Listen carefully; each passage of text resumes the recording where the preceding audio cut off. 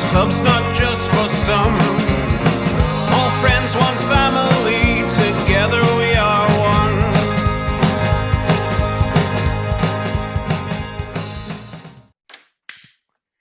Still undefeated.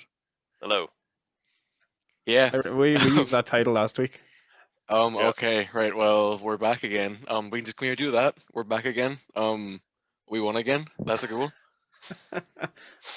If you want, yeah, we'll go with that. I'll leave that to you. Hi Yeah. everyone. We're back again. For episode 4, 5. Five. Very good. Yeah, it doesn't think we make it this far, but we have. 5 weeks. Yeah, another good weeks of Finn Harps. Good. Yep. Good job. It wasn't Oh, dear. this awkward last week. What's going on? Or the previous 4 weeks. Yeah. The success has gone to my head, I think. Hang I on, think here, that's the look. issue, like, 'cause Welcome to Finn Harps TV, now sponsored by Kinnegar. Hey! Are we? our- This, I mean, this, I mean, this you is a just cra- said this that, is a like- call to arms. Kinnegar, I want more Kinnegar. Is that a bunny on there? This is the big bunny. It's a very nice beer. Fair enough. That's product placement for you there. Okay. Very Thanks, good. Kinnegar. We can't use any of this because Ethan's away. There you go.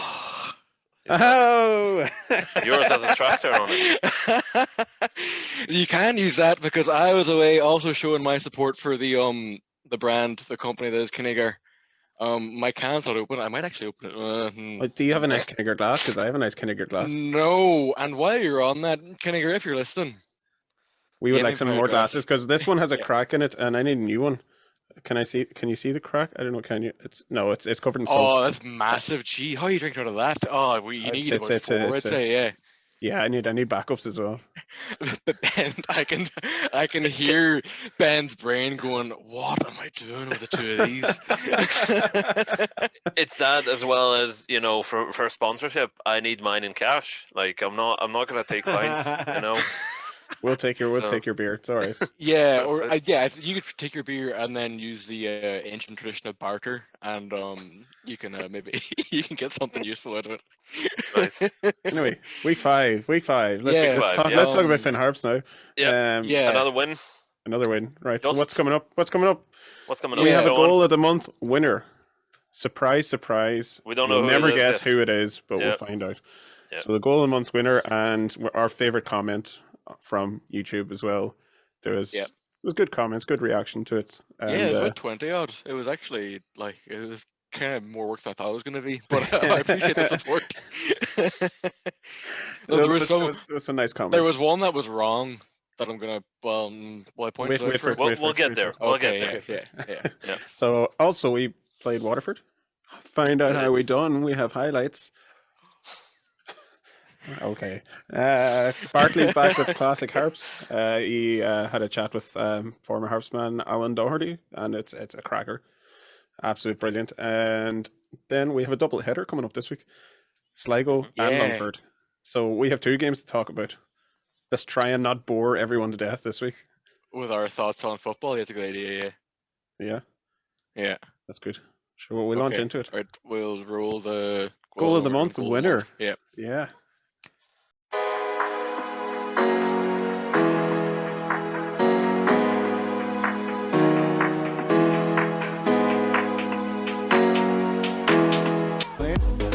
Just about cleared. Duffy again, and Coyle in front of him. And then Finn Harps trying to break now a little bit more aggressive going forward than they have been. Carlos still a bit of a thick of things. That ball surely offside. No, he's onside. Foley, 1-on-1 with the keeper. Surely he must. Oh, it's 2-1. It's 2-1, and that man again, Foley, out of nothing. He's so cool. That was a brilliant finish. I think you see Dan Cleary stepping up trying to play the offside there. I think he probably realised he was in trouble, but it was a great ball out to Foley, and what a finish, dispatched with class.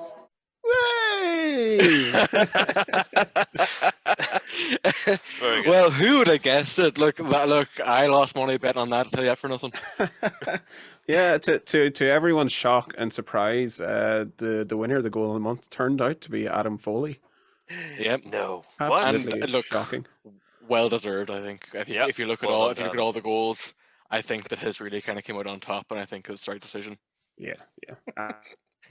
And because we didn't secure any sponsorship for it just yet, but we have a favorite comment on YouTube for our favorite person winner. Yeah. Hey, it actually turned out it's one of our ground staff. Yeah, there was no bias, and it was probably the only one that made me kind of laugh, and also is a good example to everyone else of the kind of nonsense we encourage and will accept on this show. So Connor McPhillamy decided to take the mick out of himself, and he says that the goal reminded him of himself being the last defender playing everyone else onside. And you should get it on screen there for get it on screen right there, because my delivery of it wasn't as good as how I read it in my head, and I'm sure it's not as good as I'm sure it's not as good as how Connor would read it himself. So fair play to you, Connor. You're the first people winner of our goal of the month. Yeah, Hey, well done. Yeah, right. Moving on, Waterford. Yeah, well, highlights first before we talk about it, or right. Yeah. Okay. Roll it. There you go. Sullivan shows for his shorts. Bringing Shane Griffin out with him now. McNamee hangs it up. The late arrival was Will Seymour into the penalty area. Tell you what. Oh. Big appeals from Finn Harps as it's flashed back in again, but no difficulty for Brian Murphy. But a big appeal there as well, they were claiming Finn Harps that the foot was high on Dave Webster, I think it is. Needs some quality on this delivery though. Movement towards the near post. Glancing header is in. Terrific finish as well from John Martin. And against the run of play, Waterford take the lead at Finn Park. Did well out wide against Dara Power. Got the ball in low. Plenty of zip in it as well, but Brian Murphy read it all the way. Here's Coyle. Dropped over the top for Barry McNamee. Support arriving now. Rolls it into the path of Carlo Sullivan. Shifts it away beautifully. Here's Foley, who does get his shot away, and there's the equaliser. And this outstanding start to the season from Adam Foley continues. Smashes that one beyond Brian Murphy. And at Finn Park, it's all tied up at one apiece. Great bit of composure by Barry McNamee there. Just took that extra touch when he needed to. Just laid it into the pass, and obviously Sullivan done well just to lay it off. Great finish. Maybe holding the ball up like your Pat Hoban and players they got. He likes to run the channels. Balls in front of him, balls in behind. But his finishing has definitely gone up. He's been clinical. Any chance he's got this year, he seems to have buried it. And something he's obviously worked on over the last 5-6 months. Josh Collins, dangerous corner, swung in by Carlo Sullivan. Murphy under all sorts of pressure. Foley's gone down, another penalty appeal, but again given us another corner. And temper's starting to fray now as Ferguson had a word with Foley, and that wasn't appreciated by Dave Webster.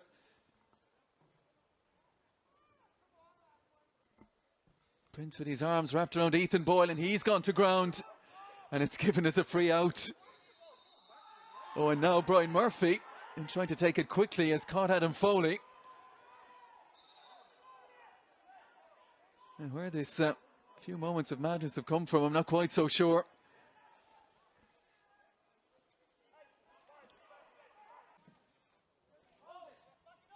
Owalabi. McNamee. They don't have that height of Foley in there now. Here is Seymour. Good drive. Got all the way behind that one. Straight down the throat, fortunately, from a Waterford point of view of Brian Murphy. Yeah, great effort. Great connection. And McGinley, you can see, he's got that vision to always look to go early. What a ball that is to pick out McNamee. Shanley in the penalty area. Owalabi, O'Sullivan joining him in there now as well. Swept away by Evans. Picked up by Coyle. A long way out. Good strike. And we've seen a few of those in the second half, but just a few little kind breaks off broken balls in the penalty area. It's not easy up against the size of this Finn Harps side coming forward. And the effort, oh, it's smashed in. Dave Webster has won it for Finn Harps. What a finish from the captain. Well, it broke kindly to him, and he finished like a striker. Dave Webster deep into stoppage time. It's Finn Harps 2, Waterford FC 1. What a finish on his weaker foot. Fantastic finish, give Brian Murphy no chance. So we Would you won. look at that? Webby! Woo! They'll That was be for W. Webby. Yeah, maybe that should be. See, he was into his like kind of. If he was a goal scorer, that'd be his brand, and he'd go like score and do like that, and he'd be selling like Jesse Lingard does like that thing. Yeah. See, instead, doing Webby that. just dribbled blood out of his nose. Yeah. Maybe that can be the new thing. Like, Yeah, we get T-shirts for that. Yeah, no, that was what a moment. I feel like we probably, as everyone kind of has been saying, deserved the win of the game. We probably should have been well ahead before that, whether it was for maybe a couple of penalty shouts or just because we'd been, the better team in the game, playing the majority of the football. But what a way to win it! It's just a shame that imagine that had been scored in front of a full Finn Park. oh, here. Just it would have been unreal. Obviously, it would have been on a closed end of the ground anyway. But Yeah. imagine if it was scored into the town end and the last kick of the game, and 700 people standing right behind the net there.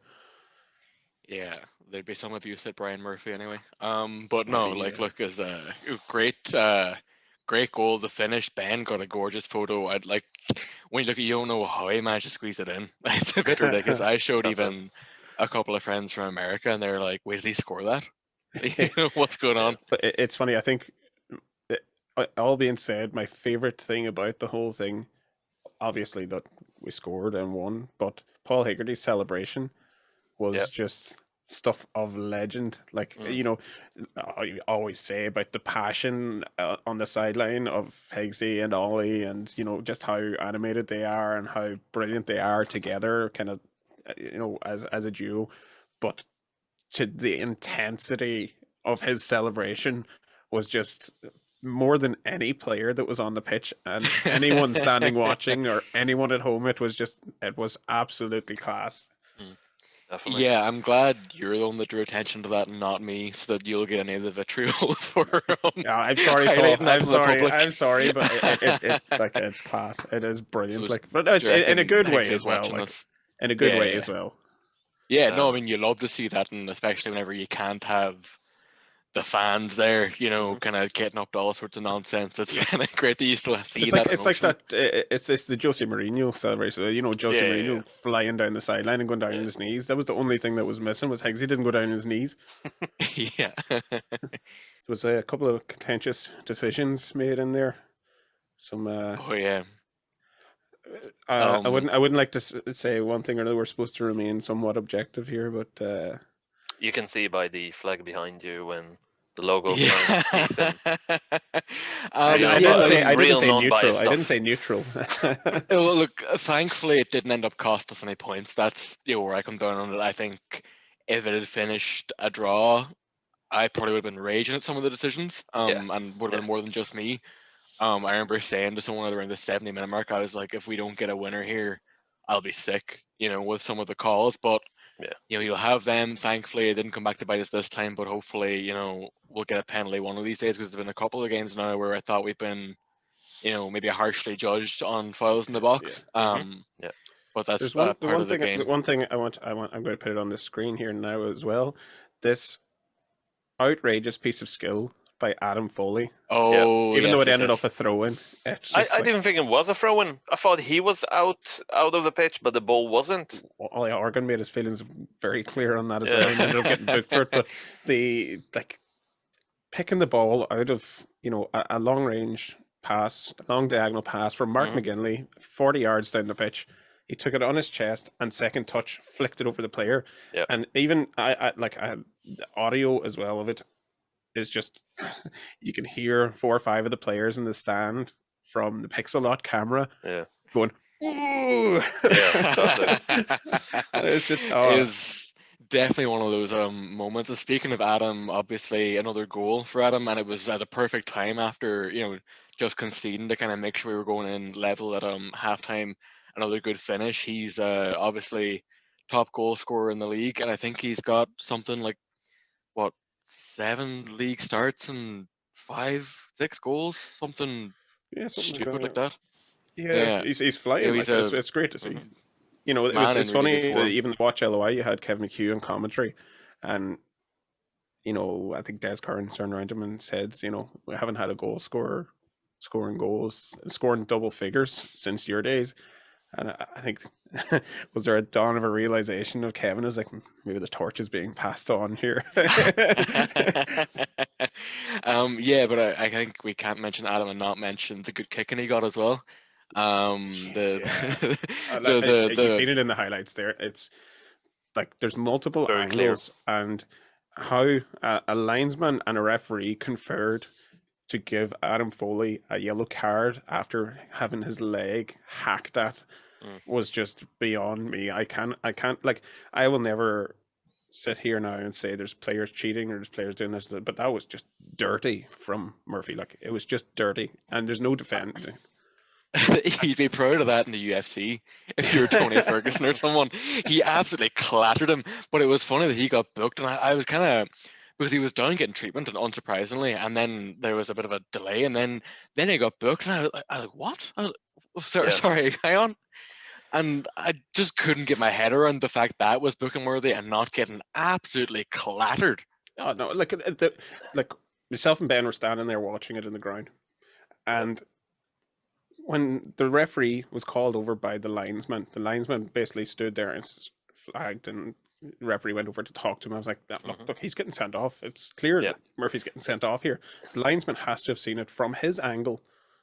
From his angle is looking, like, I can see that, like, I look back on the footage now, I've looked back on it probably about 500 times now, and I would say the referee's view was partially blocked by players in front of him. So this is why he asked the linesman about it, and this is why they conferred. But the linesman had a clear view of Murphy rolling out the ball, Foley running in front of him, and then Murphy swinging the leg at him. And how he managed to come to the conclusion that it's a yellow card for Foley, I will never, ever get my head around it. I wonder if it's a yellow for the actual thing, or was it descent after? I'm not sure if we know. There was no descent. There was no descent. Sure, he went straight down. No, after kind of talking to the ref. I don't know. I just think it was a terrible decision. It was. I don't think I should talk about it too much more because. Just sum up. I guess, wasn't the most exciting game, but I think we were very good defensively. It maybe disappointing goal to concede, having them not done much and then scoring, like conceding for another set piece. They'll not be happy with that. The lads won't be. But outside of that, very, very solid. Obviously, Shane and Cost at the back. The whole back line was good. Mark Coyle again, fantastic. I think even on the commentary they mentioned he was everywhere. He was constantly breaking up the play. Another very good game for him. And like we were saying, after Drogheda, that possibly one of the things you could have looked at after Drogheda was, that midfield, didn't really click the same as they done the first two games, we'll say, but really stepped up to the mark on Saturday there. That you had both Barry McNamee and Mark Coyle really driving midfield. The two of them were fantastic in there. That's nothing went through them, and Barry is really kind of back to his best in a football shirt, never mind a Harps shirt. It's the best football he's been playing, and you could see afterwards, myself and Ben interviewed him afterwards, and that he just looks like he's buzzing again and really enjoying his football again. It's great to see it. I was going to say that kind of shows that we're doing really well, because we're playing not that great, but we're still winning games. Anyway, moving on. Where were we now? We have Bartley back. The Bartley Corner. Bartley Corner. Bartley Corner. Classic Harps is back again, and this is another belter. Alan Doherty played for Harps in the early 90s, a native of Ardee in County Louth, and some cracking stories out of him. So, right, continuing our little series of Finn Harps historical features. I'm talking here tonight with Alan Doherty, who is originally from Ardee in County Louth, who joined Harps for the first time 1994 while on loan from Dundalk FC. He loved Donegal that much that he decided he would stay and ended up spending another 2 seasons with us. Alan, it's great to have you on, and great to be talking to you again. Great to be talking to you again, is right, Bart. It's been a few years, and every time Finn Harps is mentioned, it always brings a smile to my face, to be quite honest. Had a wonderful time up there. Oh, I think it's reciprocal, to be honest with you. I think you took to it with gusto as well. You're very fondly remembered in Donegal, so I think it's a mutual feeling there, Alan. Yeah, well, I mean, to be quite honest, it's I'll have to say it was definitely the best 3 seasons that I've ever played in the League of Ireland. Maybe not so much the last season, because I didn't get a lot of game time through bits and pieces of maybe what was going on in the background and so on and so forth.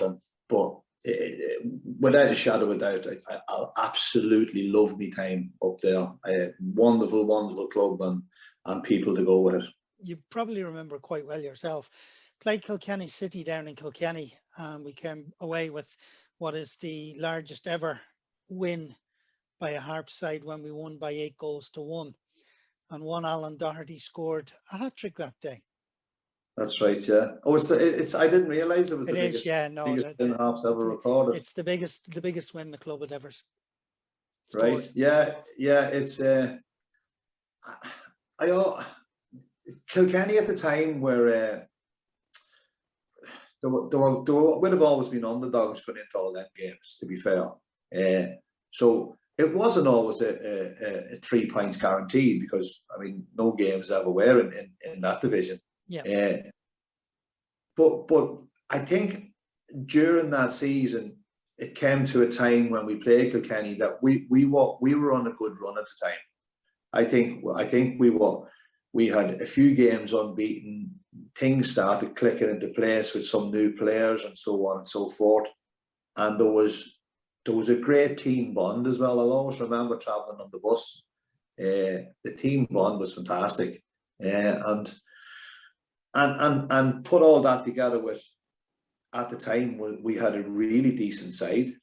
We had a really decent side in my first year there, and yeah, I was just lucky enough to be getting on the end of some goals. But I think it could have felt. I think it could have felt some of them goals could have felt to any of us. And you know what? 8-1, we could have won a lot more. Remember that game? We could have easily been double figures without a doubt. And at the end of the season, your decision was vindicated when you played against Waterford in the match that saw us gain promotion. I think you might have scored that night as well. I did indeed, yeah. Mo Tolan got 2 and I got the one in between. Yeah, it was what a night! What a night! What a feeling it was going into the dressing room after the game, and it was, I could feel in people's joy that it was relief as well. People that had been around the club for so many years and had so much heartache, and of course the 2 years previous getting beaten in playoffs, and it just, I think it made it that little bit sweeter. I think it made it that little bit of a feeling of relief, nearly. Yeah. Yes, we finally got there as a club. We finally reached the pinnacle of Irish football, which is only a start for the club. But you know, from the 70s to a cup final, and you know, from the build up of what they had to go through different leagues and so on to get, finally it was there. And yes, exactly, yeah, that's how I felt. That's how I felt for everyone. And it was a very enjoyable night, I presume. A few It shambles. certainly was. It certainly was. We went over to Gallons across the road, as we normally do, and then we ended up, I think, in Jackson's, and then ended up back in Tommy Trout's. We back to the hotel, and Marty Kinley could fill in a few blanks for me the following morning, and it was brilliant. It was a great night celebrating, but it was even better the following day when you meet people, and it was like, how good was that? How good was that night? Not just the celebrations, of course, but how good was the whole day, or the build up to the match, getting the results, and kicking on from there. You know, I mean, I went home that Sunday, arrived back in Ardee at about 2:30 or something like that in the afternoon, dropped my stuff into the house, got in, had a shower, and I thought, I'm going to go for a couple of pints now and celebrate myself with my mates. Spent about 2 or 3 hours in Ardee, My mate says, "What are we up to tonight?" I said, "Do you fancy going back up to Donegal?" Jumped on McGinley's bus. It was heading through town at about, I don't know, 6 o'clock or something like that. Got off in Strabane, was talking to a few lads that were going to Ballywofay, and I was back in Ballywofay that night about 8 o'clock.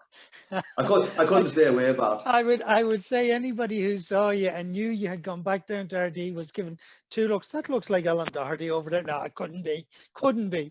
Yeah. Fantastic. Boot back into Tommy's B&B, and then ended up in Letterkenny with Brendan and Jonathan Minnock, and there was a few of us, and then few of the Letterkenny boys. It was great. It was great. Excellent. Anyway, good video. Yeah, good chat from Alan. I was just looking at his goal from Waterford. I love that story about how he landed RD. Yeah, and came back. Got showered, and he was like, "Actually, no." I mean, I turned around, like, because, like, I won't say them days is not that long ago, like 25 90s? years ago, 25 years ago, like, but the journey to RD was a wee bit longer. Then, like, there was no bypass of Oma, cut through the middle of Oma, whatever they call it. Yeah. There was no bypasses, nothing there then, like, and the roads were a lot worse as well. Like, it was, God, it just, imagine, like, turning around and just after a night on the beer the night before, getting home, getting showered, then hopping in a bus back up the road again. It's not a short run, like. It's quality story. It's like, but there's so much more. As I said, that's a short extract again. The full video will be going up on YouTube now in the next couple of days. But there's a brilliant interview there to be watched. I've watched the whole thing now, and it's quality from start to finish again. Like, and it's more brilliant content. I know people are really loving this stuff with Bartley at the minute. He's getting a lot of good comments online. Mm-hmm. Yeah, there's a lot of great, feedback to for see this stuff. The footage from Athlone as well. Last week people loved that. So yeah. hopefully we'll have more of that going forward as well. But no, it's like I've always said after these, it's a great resource for people, but also a lot of crack in them too. It's not just I played 10 games and did this. It's you get the kind of behind the scenes stuff and we kind of nuggets that are fantastic. Yeah. No, like, he even goes into stories about, like, how he wasn't able to train with Harps, but he was playing with Louth GA at the time, like. And he was training with them. Like, this stuff just doesn't happen anymore. Could you imagine, like, a Donegal county player, like, Michael Murphy comes in and plays for Donegal on the Saturday, and then plays for the Harps on the Friday or something, like, it just doesn't happen anymore. Like, yeah, not at all. But anyway, moving on, we have a double header this week. We do, first one of the season. And they're both away. Both away, and both tricky, tough fixtures as well. There are no easy games in this league, but these will be two, I think, particularly tough ones as well. Because obviously we'll start off with Sligo. They're kind of flying high as well. I suppose they probably be disappointed they didn't pick up a win at the weekend over Shamrock Rovers, and they'll be fancying us coming down there again. Yeah, look, like, we've had a lot of good nights and bad nights in Sligo. It's a really tough place to go. Again, as you say, like, there's no easy games in the league, but Sligo have started pretty well. They're hotly tipped to qualify for Europe again this year. They've signed very well. The likes of Greg Bolger, there's a massive signing for them in the middle of the pitch. That's what we're up against. We're up against one of the favourites for the top four, and unlike Bowes and Dundalk, who the two of them were caught on the hop, Sligo will be much more prepared for us. Liam Buckley, a shrewd operator as well. Like, so, this could be a very, very tough game. Yeah, it's always a tough game with Sligo, whether we're struggling and they're not. Like, it always seems to kind of bring out a tight game. I suppose it's a derby, and these games kind of mean maybe that bit more to the kind of players and especially the fans. Could you imagine the crowds we'd be bringing down the road if it was in normal times? It would be buses upon buses going down for a game like this. Oh, massive! And, it was mentioned even there in Harps Talk Forum, the chat about, imagine the away buses for this one. Like, there's years gone by, we have taken 200-300 people down to Sligo when we're a bottom feeder club. Could you imagine the demand there'd be to go down this time? Like, it'd be crazy. Fantastic. You'd have the full Buncrana bus going, you'd have Letterkenny buses going, you'd have Ballybofey buses going, Donegal Town buses going. it'd be carnage. Like, Yeah, but I suppose then kind of the other side of that is that we're going down and they won't have their home crowd in behind them either. yeah. So Oh, hopefully, yeah. you know, it's not the same proposition of an away game in front of the home crowd. You know, with the 2 games coming up, it might give a chance for some of the players that haven't played as much to get a bit more game time as well. You know, it's 2 games, so it's Saturday, Tuesday. It's a pretty quick turnaround. It is, yeah. This is the kind of time where having the bigger squad we haven't normally had and having that strength and depth will kind of hopefully tell now in these 2 games as well. Needless to say that Luke McNichols can't play for us as he is on loan from Sligo, and it's a return to Will Seymour, to his former club from last year. So so I mean, there's always so much swapping between the sides. Even you've got Shane Blaney in the opposite dugout, you know, That's and true, you know, he might play, he might not, but look, those players, those managers, those teams will know each other very well. There was obviously a very contested game at the showgrounds at the end of August last season. So hopefully there's maybe a few less cards and a bit maybe of a fairer dispensation of cards this time around. But look, I don't want to foreshadow anything. we're not supposed to be biased here, Ethan. I think that ship has sailed. But I see. I'm speaking on behalf of the football family who watched that game and were similarly outraged with us. Okay, that's it. Yeah. But You're the look, neutral. it'll be a good game. You know, it's an interesting game. I think it's the kind of thing. It's a shame that the times weren't staggered on a Saturday, because I'm sure that would draw a pretty big audience. You know, if that was a standalone game. Yeah. Oh, it would surely, but not forget then we have Longford on Tuesday as well, which is Tuesday very evening. tough and a very quick turnaround as well. So getting bodies fit, as you say, the squad's going to be a big one. That we obviously seen debut for Owalabi there on Saturday, so it's good to get more minutes in the bodies for more players there. You know, we're definitely going to need the squad for these 2 games. It's a bit mad to be asking us to play a Saturday and then a Tuesday again, but sure, it is what it is. We're up again. Exactly. That's the way it goes, you know. But and it's gonna be another very tough game. Very tough game. Yeah, Longford will be well I'm up sure. and it's been a tough ground for us over the years as well. Yeah, and like you said, Longford probably mark it as, you know, one of their home games that they'd be fancying to pick up 3 points. Something, you know, kind of yeah. add them, you know, kind of bolster their tally already, because they'd be thinking, you know, we'd hopefully come near the end of the season from their perspective, be around them in a fight for, you know, places down the bottom, and they're thinking if they can get a win, that's a leg up on us in that way. So they'll definitely be hoping that they can kind of, you know, battle their win, because they'll be looking to bounce back after the game against Drogheda as well. You know, I think that I didn't catch the game, but big scoreline, and that'll hurt. You know, in a way. I don't know if it's representative of the game itself, but they'll want to put that right. And if they can do it against us, more the merrier for them.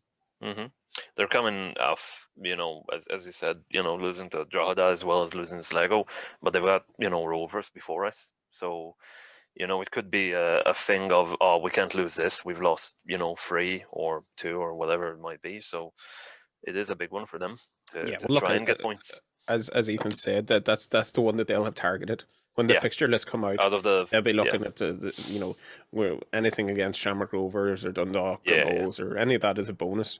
But we have to be fighting for points against the teams that are expected to be around us, and they'll have pinpointed Finn Harps as one that they'll be looking to get points out of. And even now, even despite our start, even us sitting joint top or second and goal difference or whatever, they'll still be targeting that game and say, you know, that 4 games means nothing, and you know, this is the important one for us. As will we. You know, we'll be going down there thinking, you know, if we can, you know, avoid a defeat, if we can, you know, come away with a point, you know, then it's again to kind of stop them increasing their tally and us kind of, you know, just keep them at bay and then hopefully win the home game. So that's you know, it's a big game for us too. You need to hopefully keep the kind of good run going regardless of how Saturday goes. You'll be looking to, again, you know, kind of, no matter, you know, if we could get beat 5-0 on Saturday, hopefully not, but you know, it'll be straight back to the next game. You know, that's the kind of mentality they're going with. Well, as I say, it's a must not lose, even at this early stage. You know, you don't want to be dropping points to teams that are around you in the league. Yeah, no, definitely not. And look, you have faith in the lads to kind of build a game plan. We'll leave all that kind of stuff on who should do what and what should happen to the two boys. Yeah. Yeah. But no, look, I kind of like having the two games in quick succession just to be able to kind of watch them. It's nice when football's back to have just so much of it. But look, it'll be a test because, like I think Ollie said in an interview at the weekend, it's all well and good, kind of being able to prepare well with a week between each game in terms of recovery and tactically and that kind of thing. But when the midweek games come, we've been burnt on them quite badly before. Whether it's away runs to Shamrock Rovers on a Monday night or things like that. So these are the games now where it's going to kind of tell maybe where we're at. Yeah, well, look, you always say you don't know where you're at until really after the first series of games. So yeah, these are the important ones in the first series. Yeah. Even for us, like I said, Drogheda, Shamrock Rovers is a bonus for Longford. They're a bonus for us as well. We're not expected to win the league, so getting anything off the top teams is going to. Well, yeah. Not that later. Don't tell them that. Yeah, look, I guess we'll see. We'll be back then with double the content next week in terms of highlights and probably gripes about referee decisions and whatever else, and hopefully more goals. Unbeaten. Yeah, more wins, more goals. Hopefully, top of the league. Jeez, you'll need to cut a lot from this after Ethan going on about wins and top of the league. Ollie's not going to watch it. It's all right. Well, actually, you say that, you wouldn't know that, man. Not cutting that. Yeah. And I wouldn't want you to. This is good, authentic TV. Yeah. It's what do they call it? Natural. Yeah. Anyway, right. Go on. Go on. Yeah. Thanks everyone for their comments and feedback. As usual, keep it coming. And if there's anything we can do to improve, let us know as well. Don't blow smoke up the whole sort of thing. Like Yeah. Go for it. Tell us for Kinnegar. My DMs Kinnegar. I'm starting to run low here. Yeah. More big bunnies. Thank you. Or more thumpers. I had thumper last week. Thumper is quality. That is top notch beer. Like probably the best in Ireland. Yeah. He's really going for it there. Jesus no, it Christ. genuinely is though. Thumper. If you get a chance to try Kinnegar Thumper, it is the best beer on the market. I might grab some for the Champions League now. Yeah. Anyway, if you can find it, because it's hard to get. Right. Go on. Thanks. Thank you. Enjoy. Good luck. See you later. Good night. Goodbye.